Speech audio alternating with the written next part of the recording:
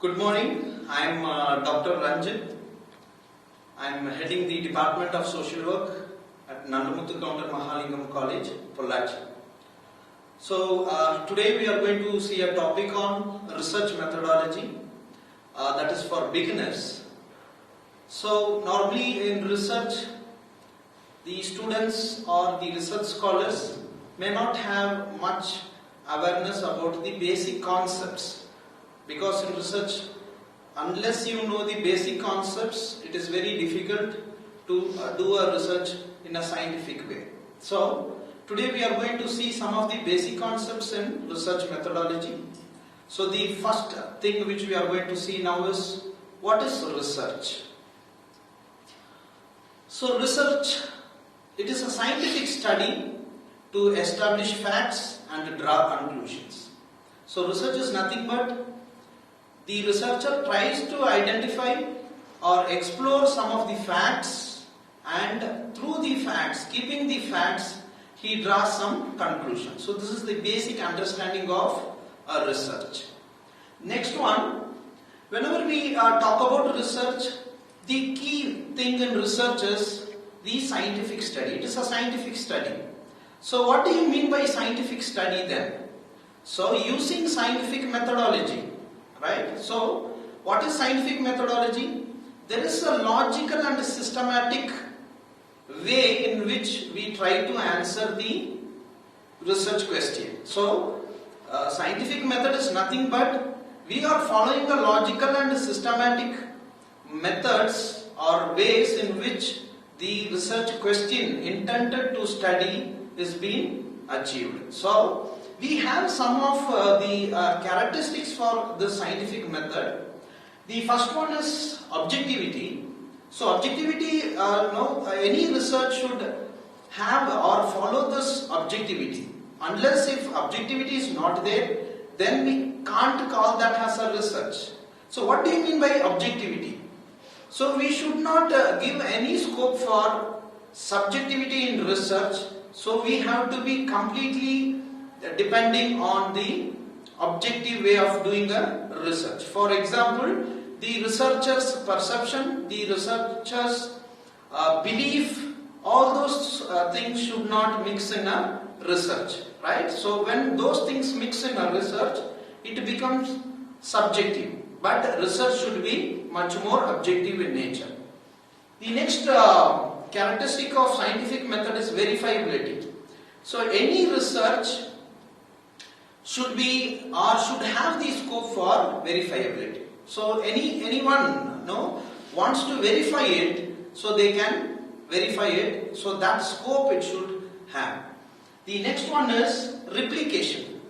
So when a researcher does a research, and if the same research is being repeated by other researchers with the same conditions, the results or outcome should be same. Right? A scientific research will follow this particular characteristics. The next one is prediction. We all know any research should have the scope for prediction. For example, there are a lot of research studies done by the government organizations on employability, unemployment, and regarding youth welfare, all those things they are doing. Women empowerment. So, after the study gives some sort of prediction such that what will happen if this particular state continues for the rest of the 5 years or 10 years. So, any research should give us some sort of scope for prediction. So, that's the next characteristics of scientific method. The next one is systematic. As the definition itself, we say that it is logical and systematic. So, that is also another characteristic. And the last one is empirical. So, research is built upon the empirical observations and empirical support. So, without this empirical evidence, that's why we say it is much more objective, right? So, this is also another characteristics of scientific method. So, when these things are followed in a research study, we call that research study as a scientific study, right? So the purpose of research, or the goals or the aims of research, or now we can do research for different purpose. For example, generation of knowledge. So people do research, or researchers do research in order to gain some sort of understanding on a particular phenomena or a particular concept, just to gain knowledge. Right? There is no much knowledge in its dissemination in that. So there is a requirement to understand it betterly. So researchers do research in order to gain knowledge. The next purpose is theory building. We know there are a lot of theories, theories of motivation like Maslow's hierarchy, theories of conflict, leadership theories. So like that, there are a lot of theories which guides, right, in research. So similarly, the researcher may do a research in order to build his own theory, or have some sort of or extend the what you call it as the theories which are already available. So that is also another purpose for doing a research work. And the last one is problem solving. So in research, researcher do research in order to find the solutions for the problem, right? So the next one, we are going to see some of the basic concepts in research. The first one we will see what do you mean by concept itself. Then we will just go through constructs, variable and hypothesis, right? So now, concepts. What are concepts? Concepts are abstracts, right? Concepts are abstractions, but it can be denoted by some sort of object, right? It can be denoted by some object or property of an object or a phenomenon, right? It can be denoted by these things. For example, you can take a house, book, tree, old age, gender, like this. These are all called as concepts. For example, if you take a book, book is an abstraction, so we can't see a book. We can see a bunch of papers which is binded. We can denote that object and we can represent it as a book. So book can be represented by a binding of papers, right? So this is what concept is. Next one. We are seeing about constructs. So what do you mean by constructs? Constructs are nothing but concepts. But like concepts, it does not have any object to point out.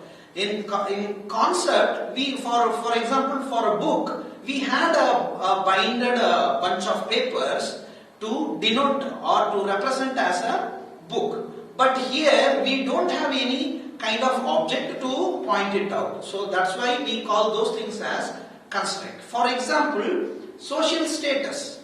So social status means it is being determined by the position of people in the society. So the position of people is dependent on lot of factors, like the level of education of the person, or the social group in which he has born, or because of his wealth background. So there are a lot of factors in it, right? So that's why we call what you call it as social status as a construct. So social construct means it will have lot of factors in it.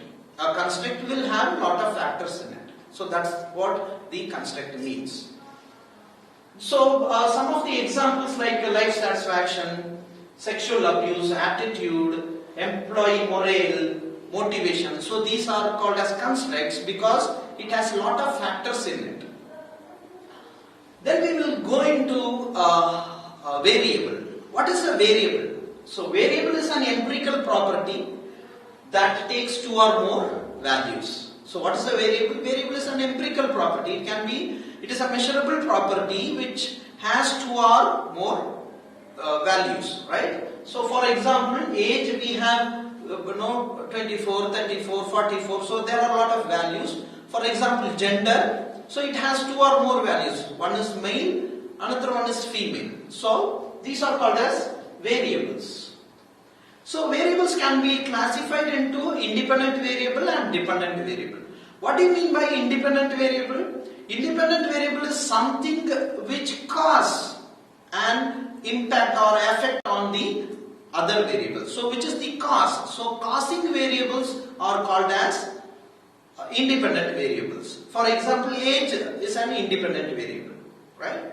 Similarly, dependent variable which is getting influenced by some other variables, or it is the outcome or the result, right, or the affected variable which is influenced by some other, or which is getting influenced by some other variable. So we call that as dependent variable. For example, the hours of study. The hours of study, a student studies how many hours, and the academic score which the student is getting. So here the number of hours, if the number of hours spent on studying is more, the score may be more. So here the number of hours will be the independent variable, because this is causing the change in or the impact on the academic score. So academic score depends on the hours of study. So academic score is dependent variable.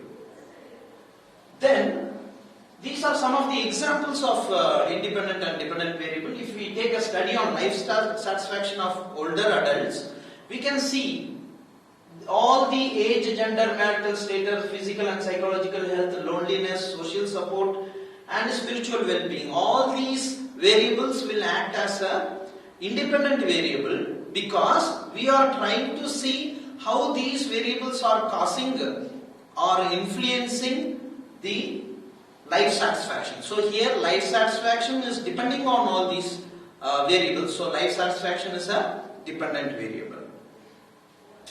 So this is another example, employee morale in cotton textile industries. So here age, gender, length of service, monthly salary. So we are going to check how these variables influence the employee morale. So these are called as independent variable, and because employee morale depends on these variables, or it is the outcome variable, we call employee morale as a dependent variable. Next, as we already we have saw, the concept is nothing but an abstraction which cannot be directly measured. For example, the job performance of salesperson, it cannot be directly measured because it is a concept. As we already we have seen it, that concept is an abstraction. Okay, so it can be represented by something, but it cannot be directly observed. So here's job performance of salesperson is an abstraction level. It is in an abstraction level which cannot be directly measured. So we break them into an empirical level, like number of sales calls he attends, number of sales he does, and value of his total sale. So based on these things, we try to measure the job performance of salesperson. So concept directly in an abstraction level, it cannot be directly measured. So we make it as an empirical measurable variables based on which we try to measure the concept. The next one, mediating variable. What is mediating variable? A mediating variable is nothing but it is a variable which mediates the relationship between an independent and a dependent variable.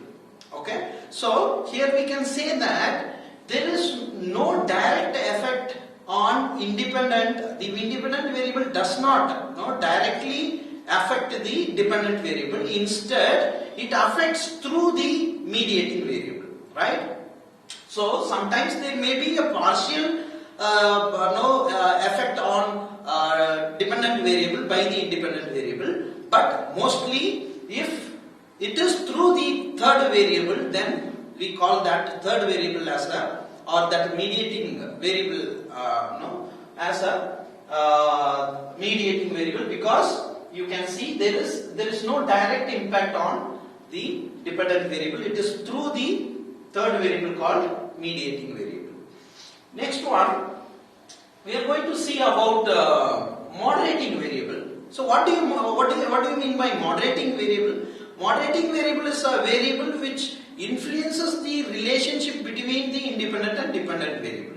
There, the influence is through the mediating variable, but but here it affects the relationship between the independent and dependent variable, right? So there is a relationship between independent and dependent variable. When a moderator is introduced, either the relationship may become more strong or increased, or the relationship may weak, or it may be less. So this is some sort of influence, or the fluctuation is caused in the relationship between the independent and dependent variable. So we call that kind of variable as moderating variables.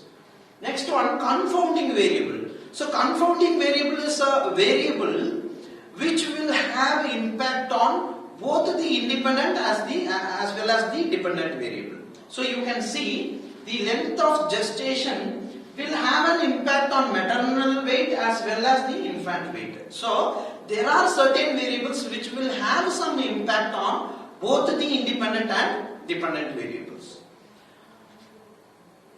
Next one is extraneous variables. So extraneous variables are nothing but these are the variables which will have an impact on the, or which will influence the dependent variable alone. We have seen it in the confounding variable. The confounding variables are the variable which will have an impact on both the independent and dependent variable. But here extraneous variables will have impact only on the dependent variable. No, so these are variables which we may not have included in our study, but will have an impact on your outcome.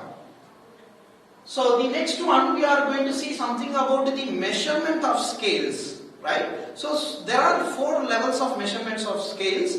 We call it as nominal scale, ordinal scale, interval and ratio scale. So we will see one by one. So what is a nominal scale or a nominal variable? It is a variable which has some category. For example, if you take a gender has 2 categories. One is male, another one is female. So when a variable is having some categories, then we can call that kind of variable as nominal variable or nominal scale.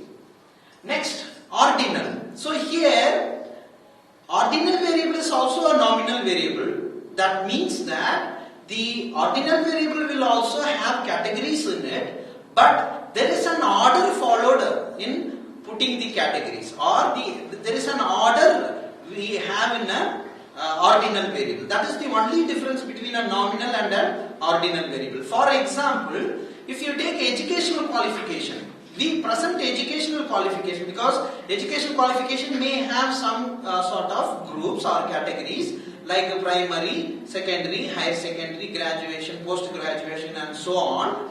But we are putting these categories in an order. First we will place in a higher ascending or descending, any order. For example, primary, then we will place secondary, then higher secondary. Like that we will have an order, we will follow an order. That's why, though it is like a nominal scale, because we are following an order in putting the categories, we call that as an ordinal variable.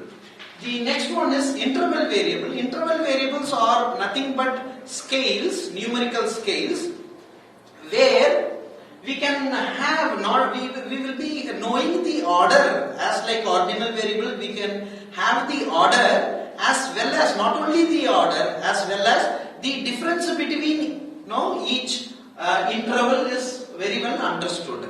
For example, if you take if you take time, so we can see 1, 2, 3, 4. There is an order, as well as we can see the difference. The difference between 1 and 2 and 2 and 3 are same. So we are able to know the difference between the groups. So that is called as interval variable. Ratio variable. So ratio variable is also more or less like interval variable. So both are same, interval variable and ratio variable. The only difference in ratio variable is we will have a absolute zero.